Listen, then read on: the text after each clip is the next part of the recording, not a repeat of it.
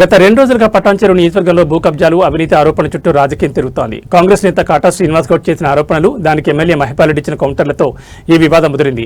MLA Mahipal నియోజకవర్గంలో భారీగా కబ్జాలకు పాల్పడుతున్నారని కాటా శ్రీనివాస్ గౌడ్ మీడియా సమావేశంలో ఆరోపించారు. ఈ ఆరోపణలన్నీ అవాస్తవాలని, తనపై చేస్తున్నవి ఫేక్ మాటలని ఎమ్మెల్యే కొట్టిపారేశారు. ఆధారాలు లేకుండా గాలి మాటలు మాట్లాడదని హితో పలికారు. ఎమ్మెల్యే వ్యాఖ్యలకు స్పందించిన కాటా శ్రీనివాస్ గౌడ్ ఈ రోజు ఉదయం 11 గంటలకు బేరంగూడగుట్ట బ్రహ్మరాంబిక మల్లికార్జున స్వామి దేవాలయం వద్దకు తడిబట్టలతో వచ్చి ప్రమాణం చేస్తానని ప్రకటించారు.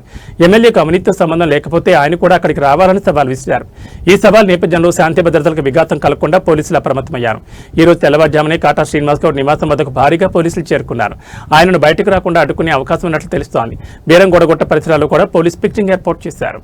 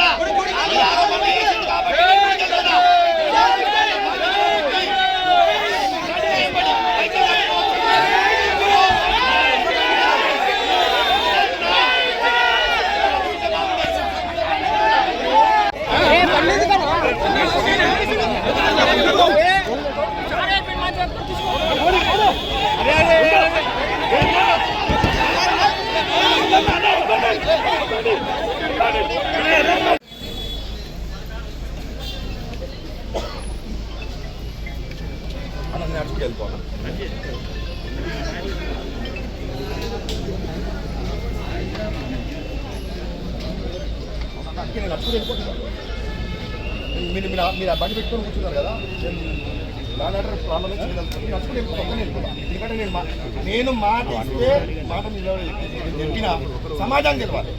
నేను అందుకే ఒక్కనే వెళ్ళిపోతా, అందరు రాపుకొని నడుచుకుని వెళ్ళిపోతా, పాదయాత్ర పోతా. నేను పాదయాత్రకు వెళ్ళిపోతా అని చెప్తున్నాను. ఇక నేను సమాజానికి ఆయన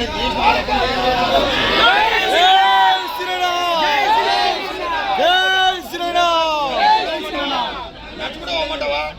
నేను దిగుతే వెళ్ళిపోతా. ఇక నేను దిగుతే మాత్రం మీరు తీసుకోపోతానికి మీ బండి వస్తాం, మీ బండి వస్తాం తీసుకోపోతా.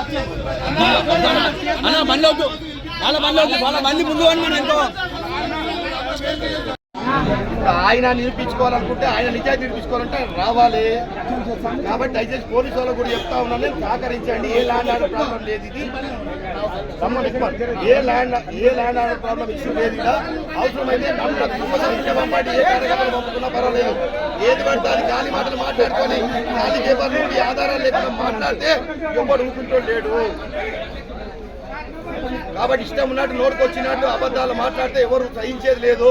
కాబట్టి నువ్వు నన్ను శంకిస్తే నా నిజాయితీ నేను నిరూపించుకోవడానికి బయలుదేరినా, గుర్తుపెట్టుకో అని చెప్తాను.